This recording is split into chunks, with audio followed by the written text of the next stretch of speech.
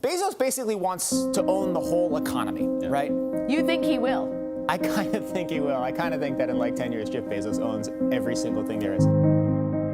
Amazon's this trillion-dollar tech company, closing 30% of our stores and malls and paying zero in taxes. How much of the internet do you run? It's a good question. It's a lot, though. When Jeff Bezos founded Amazon, he originally considered naming it Relentless, and even registered the domain name relentless.com, which is still active to this day. However, when friends told him the name sounded a bit sinister, he changed it. Fast forward to present day, and Bezos is the richest man in modern history and has gone from being one man in an office to running $1 trillion global empire. And whilst the story of Bezos and Amazon is undeniably inspiring, the real question is, where does this story end? Because now more than ever, the name Relentless seems like the perfect fit. Amazon is expanding its presence in the smart home market. The e-commerce giant announced yesterday it has officially closed the deal to buy the home security device company Ring. It's a reported $1 billion acquisition. Sold the Washington Post for $250 million to Amazon founder and CEO Jeff Bezos. Amazon this week announcing a very big move into the pharmacy business. It sent shockwaves through the industry. $1 billion acquisition of PillPack. Amazon making a big deal in the self-driving car space. The price that Amazon paid was north of $1 billion. Sold it to Amazon for over $1 billion. Amazon is buying Whole Foods for nearly $14 billion. It's time to go back to the moon, this time to stay. Okay, let's back up a little. Amazon started from humble beginnings in 1994, selling books on the internet, and they even used to ring a bell in the office every time they got a sale. But over the next couple of decades, Amazon expanded into almost every product category there is, earning it the nickname the Everything Store, with well over 350 million different products available to buy. And when you think of Amazon, this is probably what comes to mind: Amazon.com, the online e-commerce giant. However, the shopping component of Amazon is just a tiny fraction of what it does. And sure, it's normal for businesses to buy out competitors and expand into new markets, but let's just take a step back to see exactly how large Bezos' Amazon empire actually is, and what that could mean for our future.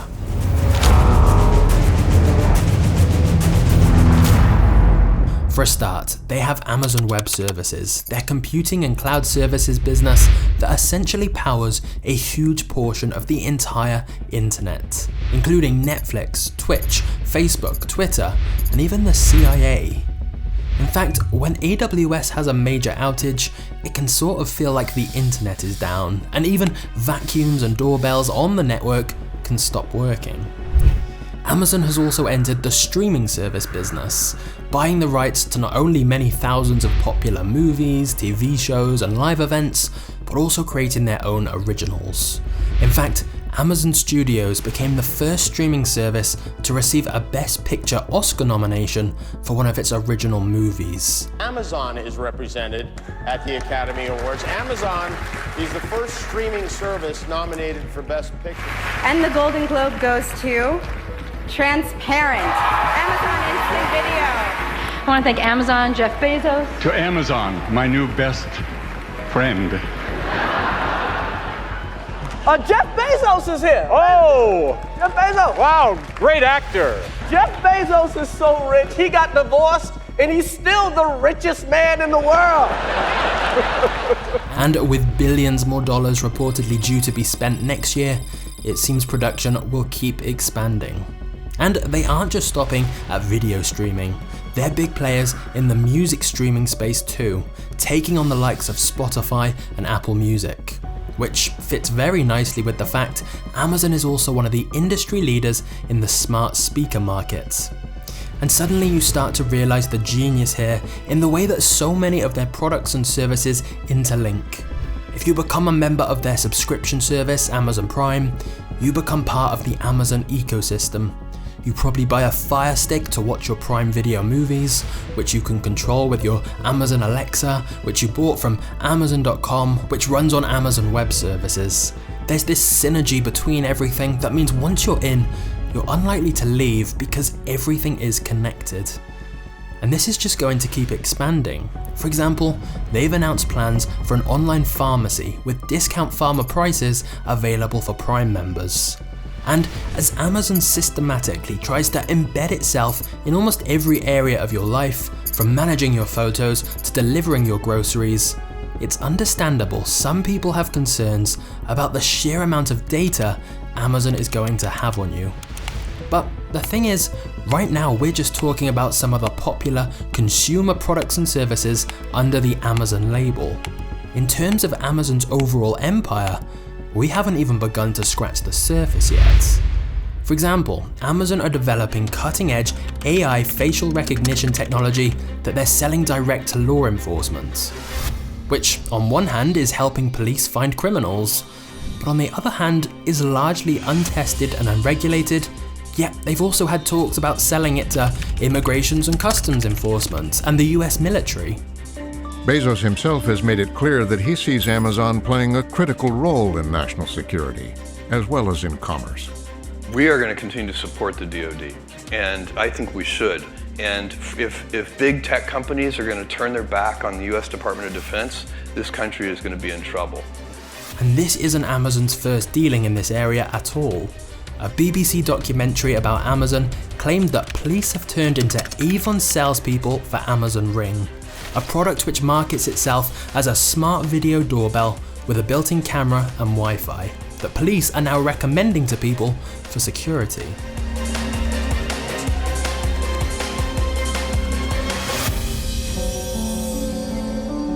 Amazon are also currently working on other futuristic projects like drone deliveries and AI robots for the home. Ironically, in 2018, a Guardian article wrote that of the top 10 US industries by GDP, Amazon has a finger in all but real estate. In 2019, articles started popping up about Amazon entering real estate.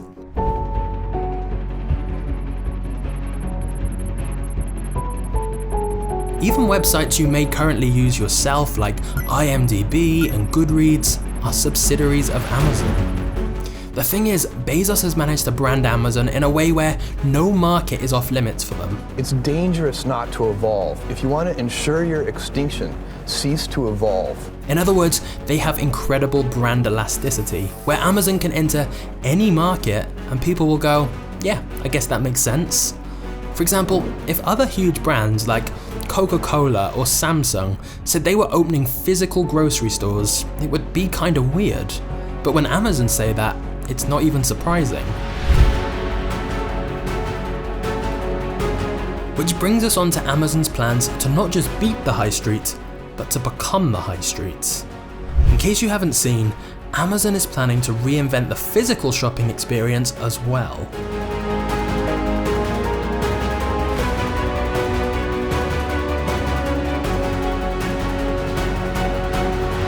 No lines, no checkout. No, seriously.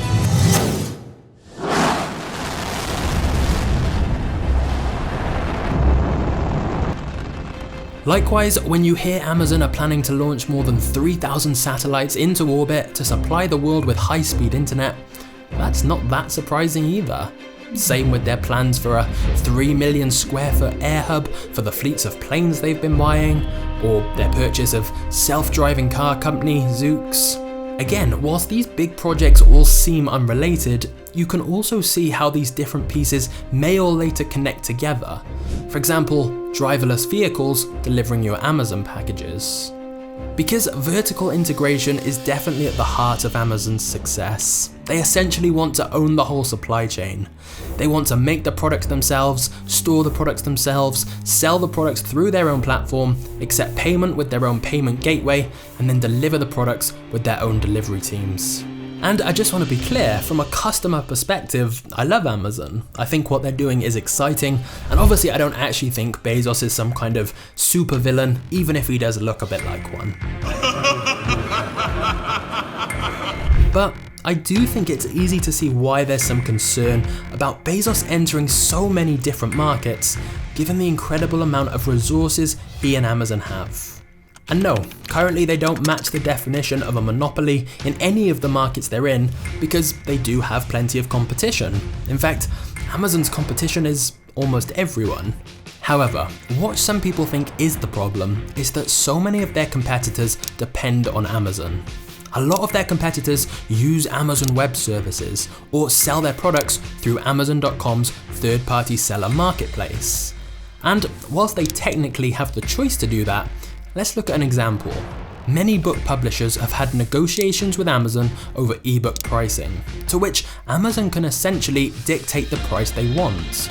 Because if the publishers don't agree, Amazon can simply stop showing the books from that publisher, causing their sales to tank, since most people buy books from Amazon. Likewise, with individuals selling their own products through Amazon, many have reported that if they find a hit product that's selling well, Amazon will simply create their own version of the product and show it higher up in search results. And if the original seller lowers their prices to try and compete, Amazon will just lower their price as well. In fact, for many years, Amazon prioritized growth over profit and have a track record of temporarily making a loss on items in order to be cheaper than competitors. So competitors go out of business, and then Amazon can re-raise their prices if they want. And whilst this can be harsh, it's nothing new. Some economists would say it's simply good business. But others may say, Amazon being both a platform and a retailer that sells through that same platform is a dangerous conflict of interests, and that the anti-competitive tactics used by Amazon are cause for concern. We're going to price products competitively, and if that means on that product that we lose money, that's okay. And of course, given Amazon's seemingly infinite resources and connections, it's not exactly unrealistic to imagine that Amazon's dominance in almost every market is going to keep growing and growing until Jeff Bezos essentially wins capitalism. So, you could argue Amazon's biggest competition and threat is probably the government, and some senior figures are already raising big concerns about Amazon's dominance. Technically, Amazon don't violate any antitrust laws right now, but that's partly because their tactics hurt other businesses, not customers. In fact, Amazon's leverage over its competitors is mostly leading to lower prices for the end consumer. So it raises the interesting question of whether Amazon's continued growth is a good thing. Some people would say if Amazon keep innovating, keep lowering prices, keep improving delivery speeds, then that's what matters. After all, they are renowned for incredible customer service and putting the consumer first. But some other people would say, at what cost? Are their employees being treated fairly to achieve those great results? And if independent stores can't compete, does that hurt our communities and small business owners? Especially when you consider Amazon get massive tax breaks for their innovative programs, which small businesses simply can't compete with. Additionally, some people argue that the vast amount of data Amazon has on everyone, from all these different companies and products they have, allows them to understand consumers in a way that most companies simply can't, which will allow Amazon to continually stay ahead of the game. And finally, in even more extreme cases, some people would argue we should all be wary of trusting Amazon at all. Rachel Greer worked in product safety at Amazon and worried that the site was being flooded with untested and potentially unsafe products. Are there proper warnings? Has it been safety tested for durability? If a child chews on it, will the paint come off? Is that paint leaded? Most people would assume that there is a pretty high safety standard on Amazon. And that assumption would be incorrect. More than half of all sales on Amazon's main shopping site come from third-party sellers who send their items into Amazon, and Amazon handle the rest because of their incredible infrastructure. But Amazon's terms and conditions state third-party sellers are responsible for the safety of these items, not Amazon themselves. And this concerns some people because a lot of these third-party sellers are not big established businesses, they're just random individuals trying to make some money on the side.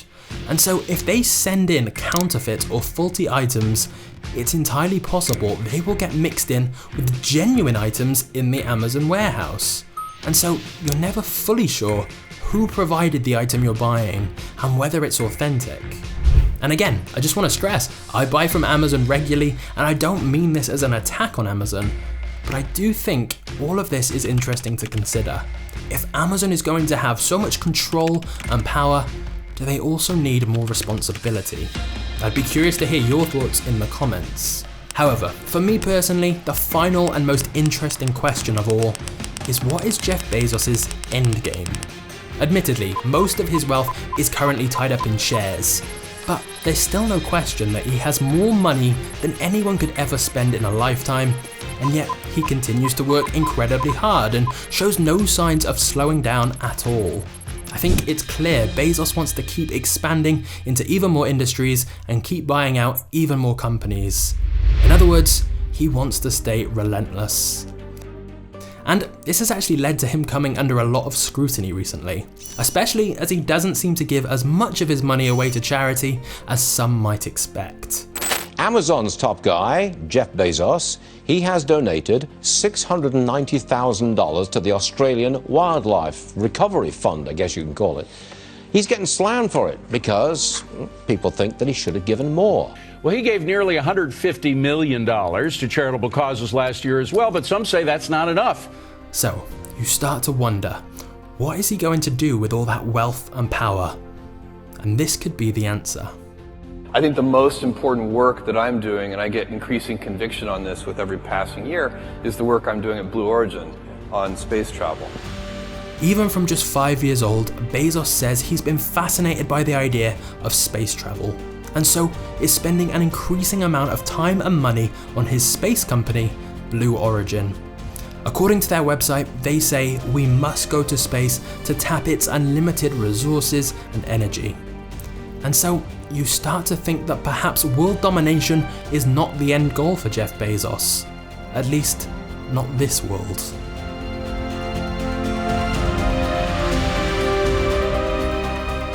If you enjoyed this video, then I have some great news for you. There's a back catalogue of lots of other similar videos already on this channel you can go and watch for free right now.